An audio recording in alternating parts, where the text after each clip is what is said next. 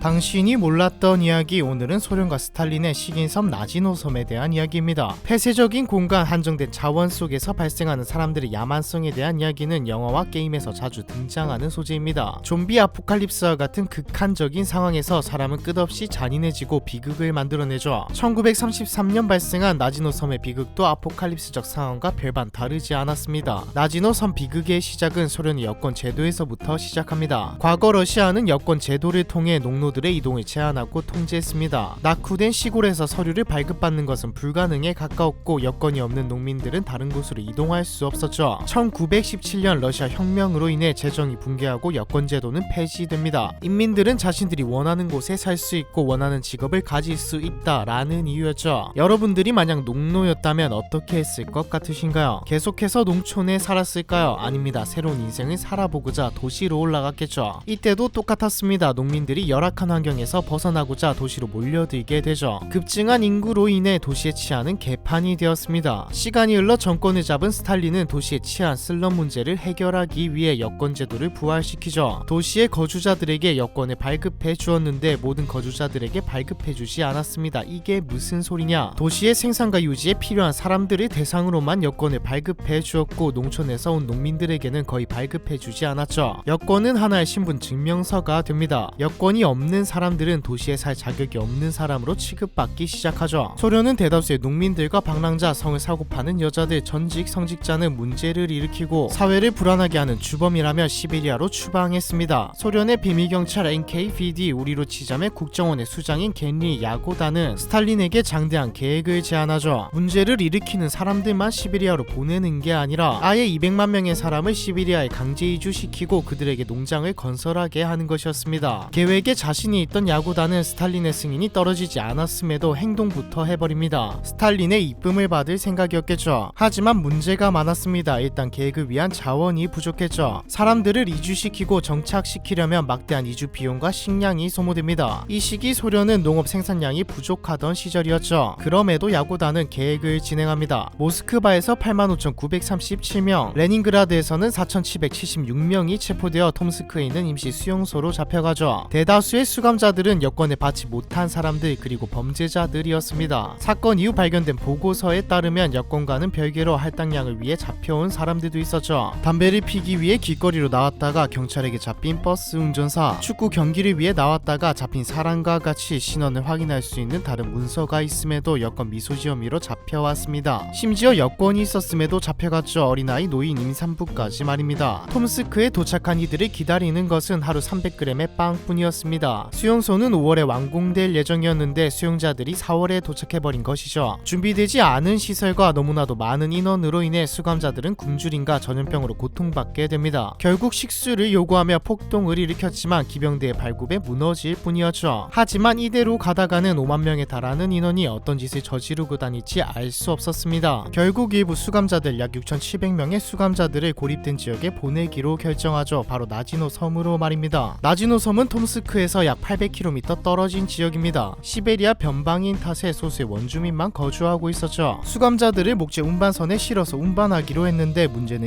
식량이었습니다. 섬으로 이동하는 시간 동안 이들에게 주어진 것은 하루 200g의 빵이었죠. 극심한 식량 상황으로 인해 섬으로 이동하는 동안 27명의 사상자가 발생하고 도착한 이후에도 수감자 대다수는 제대로 서 있을 기력조차 없었습니다. 섬에 도착하고 일주일 뒤 20톤가량의 밀가루가 섬에 도착했지만 나지노 섬에는 빵을 만들기 위한 조리 도구도 시설도 없었습니다. 수감자들은 모자나 신발에 강물을 담아 밀가루를 섞어 죽같이 만들어 먹었죠. 당연히 설사와 복통에 시달렸습니다. 나지노 섬에 온 인원들은 범죄자들과 도시의 하층민이었습니다. 곧 나지노 섬은 힘의 논리가 지배하기 시작했죠. 힘을 가진 소수의 수감자들은 스스로를 여단장으로 임명하고 밀가루 배급을 담당하기 시작했습니다. 배급은 당연히 공정하지 않았고 여단장들은 엄청난 이득을 챙겼죠. 간수들은 아무런 제재를 하지 않았고요. 식량뿐 아니라 시베리아의 추위 추위도 수감자들을 고통스럽게 했죠. 임시 거처를 지을 만한 도구조차 없는 상황에 상당수가 동사했으며 모닥불을 더 가까이 쬐기 위해 자다가 불타 죽은 사람도 발생했습니다. 뗏목을 만들어 탈출하려고 하는 사람도 나왔으나 섬을 탈출하는 것은 불가능에 가까웠습니다. 수감자들을 감시하는 간수들은 기관총으로 탈출하려는 사람들을 쏴버렸거든요. 실제로 뗏목들이 난파되어 수백 구의 시신과 함께 강변에서 발견되었습니다. 운이 좋아 달아나더라도 혹독한 시베리아의 환경 속에서 생존하는 것은 거의 불가능에 가까웠죠. 섬의 질서는 빠르게 붕괴했고 혼란으로 이어졌습니다. 갱과 같은 폭력 집단도 등장하죠. 이들은 자신보다 힘이 없는 사람들에게 자원을 빼앗기 시작했습니다. 자원이 고갈되어 가자 폭력을 쓰지 않던 사람들도 음식과 옷을 두고 싸우기 시작했습니다. 싸움 끝에 사상자가 발생해도 점차 무감각해지기 시작하죠. 시체들의 금리와 기중품은 섬이라는 작은 사회에서 화폐 대용으로 쓰였습니다. 수감자들에 비해 절대적 소수였던 간수들은 혼란을 해결하기보다는 탈출이나 사소한 행동을 처벌해 공포로 섬을 통치하려 했죠. 섬의 흉악한 분위기는 인구 조사를 위해 방문한 의사들조차 철수하게 만들었습니다. 음식은 점점 떨어져 가고 사람들은 미쳐가기 시작합니다. 너무 굶주린 사람들은 사람을 먹기 시작하죠. 처음에는 범죄자들만 먹었지만 생존이라는 문제 앞에 인간은 너무나 약했습니다. 실제로 나지노 섬에 있었던 우글로브는 자신은 사람을 죽인 게 아니었다. 살 가망이 없거나 이미 죽은 사람만 먹었다. 쓸데없는 고통을 줄여준 것 뿐이다라고 말했죠. 나지노 섬 인근에 살고 있던 빌라냐의 증언도 있습니다. 우리 집에 방문한 여자의 종아리는 잘려 있었고 내가 물어봤을 때 사람들이 다리의 살을 먹었다고 했다. 그녀는 넝마로 몸을 감싸고 있었고 다리는 얼음장 같았지만 혼자 걸을 수 있었다. 늙어 보이는 얼굴에 나이를 물어보았지만 그녀는 불과 40대 초반이었다. 간수의 증언도 있죠. 수감자와 연인 관계로 발전한 간수가 자리를 비운 동안 다른 수감자에게 지켜봐달라고 부탁했는데 간수가 돌아왔을 때 본 것은 나무에 묶인 채 죽은 연인의 모습이었다. 사실 더 자세하게 묘사되어 있는데 너무 잔인해서 이 정도로 하겠습니다. 섬의 보건 담당관은 상태를 보고하고 50명의 수감자를 체포하죠. 그렇게 섬의 비극은 인근 주민들을 제외하고는 아무도 모르는 이야기로 남았습니다. 그러다 소련의 공산단원 바실리 벨리츠코에 의해 나지노 섬의 비극은 밝혀지게 되죠. 벨리츠코는 소련의 인구 재배치 정책의 성과를 조사하기 위해 나지노 섬을 방문했습니다. 벨리츠코가 마주한 섬의 현실은 지옥도 그 자체였죠. 죽은 사람이 널브러져 있었고 상황은 개판이었습니다. 벨리츠코는 상사에게 보고하지 않고 섬을 더 자세하게 조사하죠. 지역의 주민들을 비롯해 만나는 사람 모두에게 섬에 대해서 물어보았습니다. 벨리츠코는 섬의 비극에 대해 상세히 적어 보고하죠. 보고는 스탈린에게까지 올라갔습니다. 하지만 벨리츠코는 해고당하고 당에서 쫓겨나죠. 나지노 섬의 비극은 사실을 알게 된 소련이 개입하면서 종결됩니다. 13주라는 시간 동안 6,700명 중 4,000명의 수감자들이 죽거나 실종되는 결과를 낳았죠. 하지만 이들의 고통은 여기서 끝난 게 아니었습니다. 나지노 섬의 생존자들은 다른 곳으로 다시 이주하게 됩니다. 이미 병약한 상태였던 만큼 이동 과정에서 수백 명이 영양실조와 장티푸스로 사망하게 되죠. 나지노 섬의 비극은 소련의 대규모 이주 정책의 종류로 이어졌습니다. 벨리츠코의 보고서는 기밀 처리되어 사람들에게 알려지지 않았고요. 나지노 섬의 비극이 세상에 알려진 것은 1988년 인권단체인 메모리얼의 폭로였죠. 벨리츠코의 기록도 1994년 다시 세상에 등장하게 됩니다. 비극이 일어난 지 무려 60년이 지난 뒤였죠. 현재 나지노 섬에는 비극으로 인해 목숨을 잃은 사람들을 위한 추모 십자가가 세워져 있습니다. 현지인 러시아에서도 죽음의 섬으로 부르고 있죠. 잔혹했던 나지노 섬의 비극은 2006년 프랑스 역사가 니콜라스 베르스가 책을 만들면서 더욱 유명해지게 됩니다. 다큐멘터리도 만들어지며 서양권에서는 유명해졌죠. 더 이상 이런 비극이 없었으면 좋겠네요. 나지노 섬의 비극에 대한 이야기 이번 편은 여기까지입니다.